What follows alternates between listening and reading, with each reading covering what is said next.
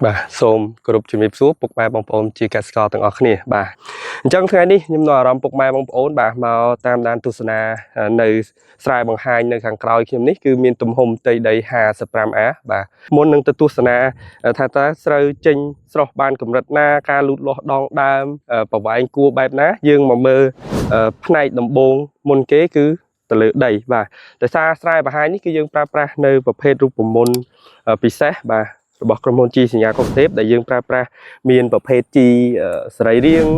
បូកជាមួយនឹងប្រភេទ G គីមីដែលជួយឲ្យកសិករគាត់សន្សំថ្លៃដើមបានច្រើនបាទអញ្ចឹងអ្វីដែលយើងប្រើតាំងពីដើមរហូតដល់ពេលនេះយើងឃើញលទ្ធផលហើយបាទយើងមើលជាក់ស្ដែងបាទនេះ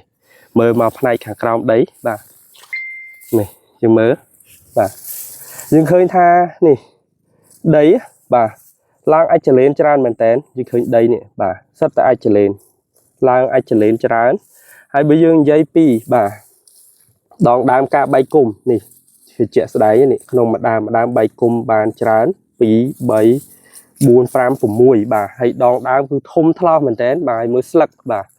ស្លឹកធំវែងហើយក្រាស់ហើយឈរត្រង់ទៀតបាទយើងឃើញអត់មានដាបស្លឹកទេបាទអញ្ចឹងនេះជាគុណសម្បត្តិដែលយើងបានប្រើប្រាស់ជីទៅតាមរូបមន្តបច្ចេកទេសហើយប្រើប្រាស់ជីដែលមានគុណភាពគឺយើងចំណេញបានច្រើនទី1គឺយើងចំណេញបានដីដែលផុសធូរបាទមានមមោកច្រើនមានអាចចលេនបាទទី2គឺយើងទទួលបានស្រូវដែលមានសុខភាពល្អបាទបែកគុំដងដើមក៏ធំថ្លោសបាទយើងឃើញថាស្លឹកតុងជ័យចេញមកគឺធំហើយក្រាស់វែងហើយឈរត្រង់អត់មានអោនដាបទៅដូចទៅនឹងការប្រើប្រាស់ជីដែលថា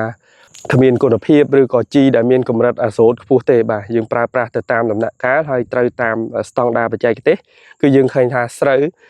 ការលូតលាស់តាំងពីស្លឹកតុងជ័យតាំងពីដងដើមបាទតាំងពីគួរអីគឺចេញមកគឺ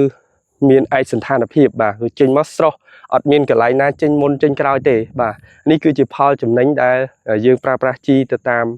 ស្តង់ដារបច្ចេកទេសហើយប្រើប្រាស់ជីដែលមានគុណភាពត្រូវទៅតាមដំណាក់កាលដែលដំណាំស្រូវត្រូវការគឺយើងចំណេញបានបែបនេះបាទ